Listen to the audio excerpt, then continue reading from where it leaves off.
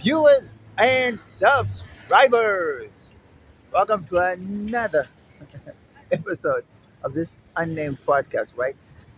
People, I've been thinking, right? So, we have this thing in South Africa, right? Called vigilantism. Gee, vigilantism. I don't know what that is, right? Vigilantism. So, what am I talking about? Dude, I am now talking about people taking matters into their own hands because the police are overwhelmed. Crime has spiked, people are going crazy, crime has just gone through the roof. People have had enough. The police cannot handle the workload, so people have decided they're going to do it themselves. Now, because the people have decided to do it themselves, there's a problem. What is the problem? The government says it's illegal. Okay, so if it's illegal and you, the government, cannot handle the workload, the problems, the issues, then why is it a problem? I mean, aren't the people at least trying to assist you? You see, this is the issue I'm having because Operation Duldula and Pagad G-Force are two examples of citizens taking matters into their own hands and trying to solve a national or a provincial problem. But if they do it, the government now sees these two groups as criminals. So, how can we solve the crime issue if the government does not have the resources, the manpower to solve these problems? Now, I am not opposed to the government doing all the work.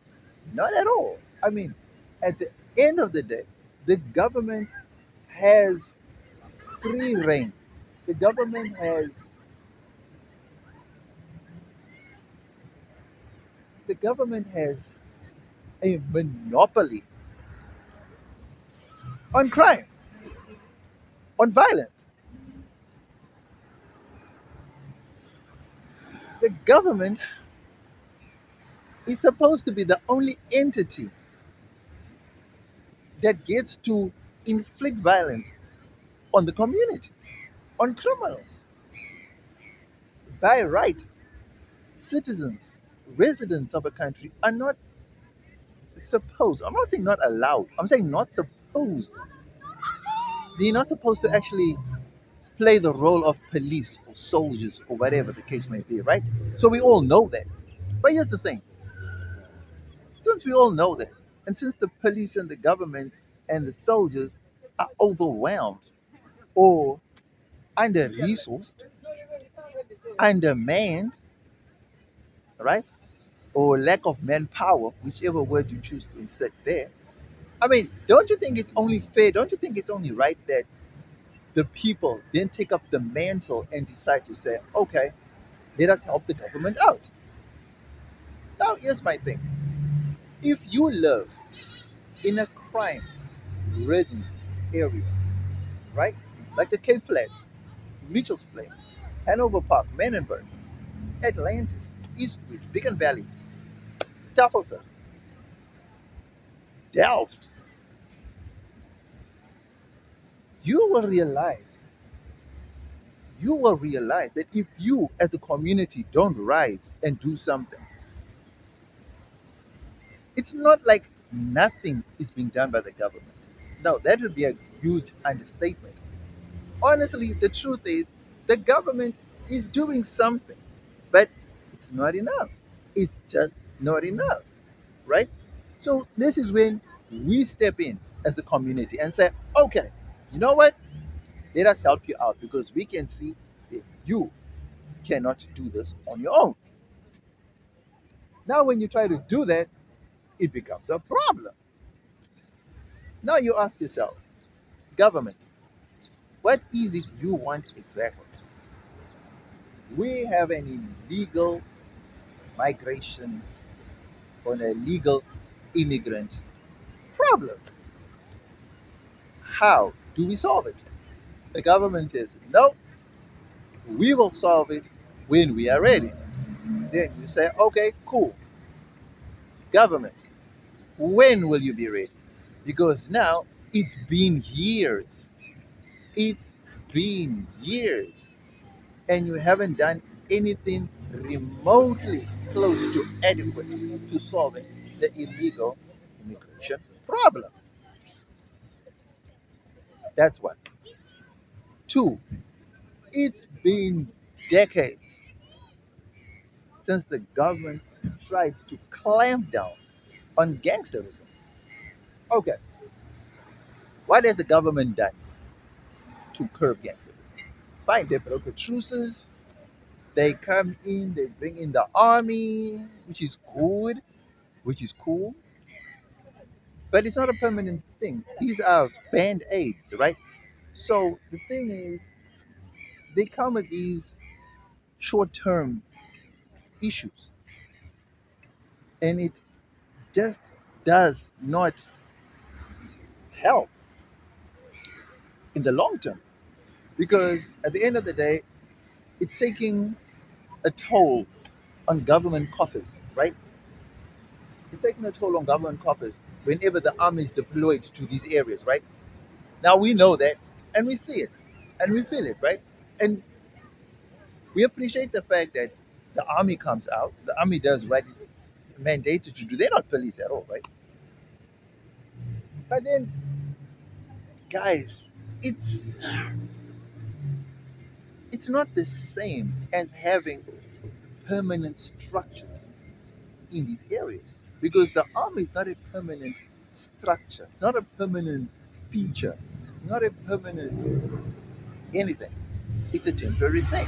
And we cannot use the army in a policing capacity because they are not actually designed for that, right? So we know that, right? They're not designed for that. They are not trained for policing, right? Enter Pagad. Oh my goodness. Pagad's super effective. They do what the government, what the army fails to do. They hit the gangsters hard where it matters most. Yes, their methods may be questionable. Yes, they tactics may be unconventional. Yes, they may be breaking the law. And yes, they may be overstepping boundaries or lines or whatever you want to call it, right? But here's the thing. Here's the thing. Crime is going unchecked in South Africa. Unchecked, right? Crime is a crime, but it's going unchecked.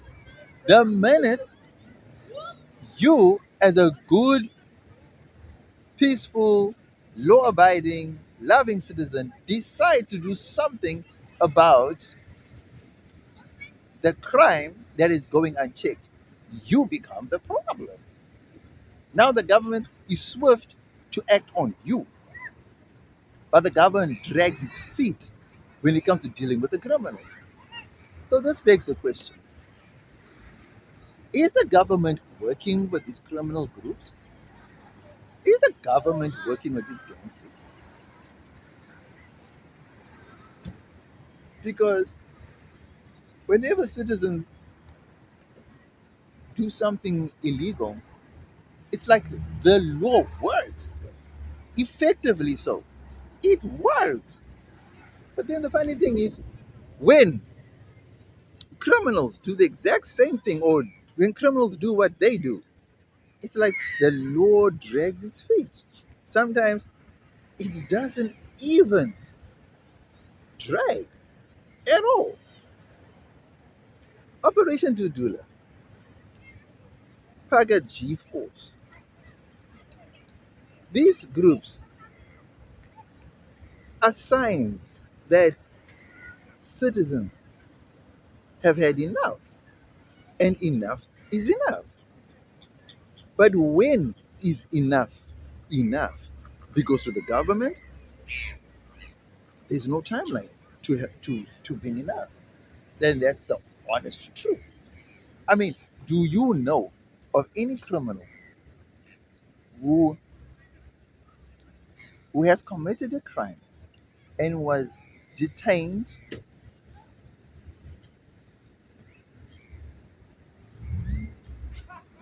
served a lengthy sentence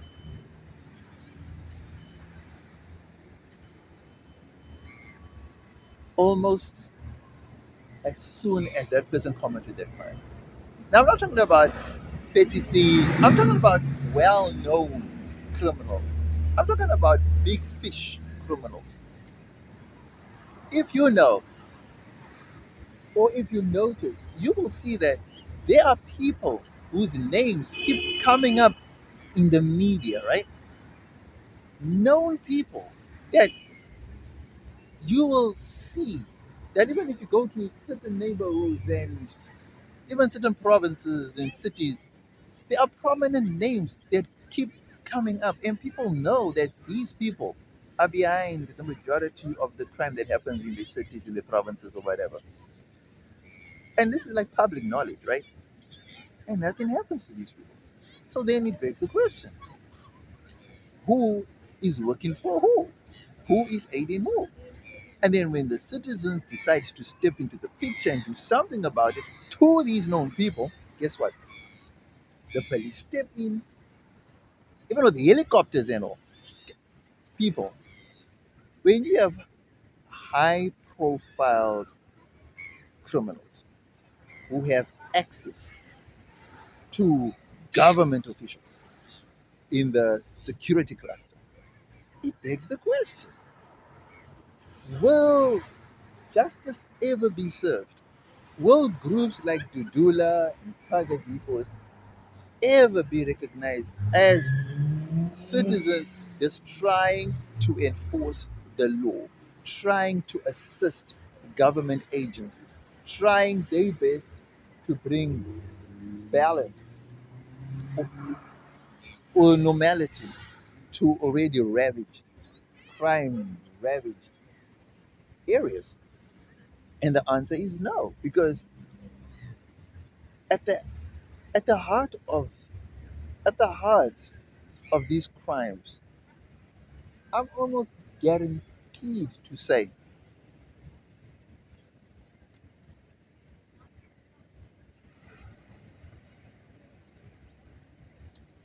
government is benefiting. Government is definitely benefiting because there's no way, there's just no way, there's just no way that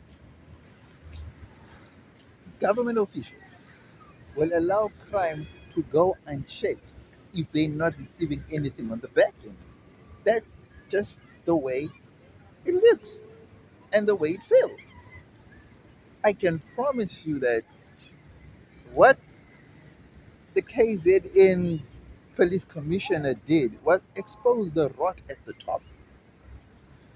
I mean, I saw a video where they this gentleman was talking about a dramatic arrest, right? They went into and arrest this known drug lord, right? In Gauteng Center. And guess what that criminal mastermind did? He called, dude, this is beyond belief. As as he was being arrested by the police, right? They allowed him to make two phone calls. He phoned the head of the walks and the head of the and the police. Guys, a helicopter was dispatched to the scene to go and rescue the crime boss. Now, if that for me is not the height, the proof, the evidence that government is not serious of combating crime, then I really don't know what is. People, I don't know. For me, it feels like we are now left on our own because if you decide to do something about crime in your area, you are branded a vigilante. And when criminals decide to do whatever they wish to do or want to do in your area, hey, they are seen as government partners as long as they have some shares to some spoils to share with the government, then it's all in. And the government is not quick to react to vigilantes or help out vigilantes because there's nothing for them to receive on the back end. That's the way it seems to me. So to become a successful vigilante group, we need to start sharing the ill-gotten spoils of the criminals with the police, with the government. That's the only way the government will approve of vigilantism. Vigilantism. Or vigilantes. That's it. Let me know what you guys think about this in the comment section below. Don't forget to like, comment, share, and subscribe to the channel. You know, we family, right? Holler.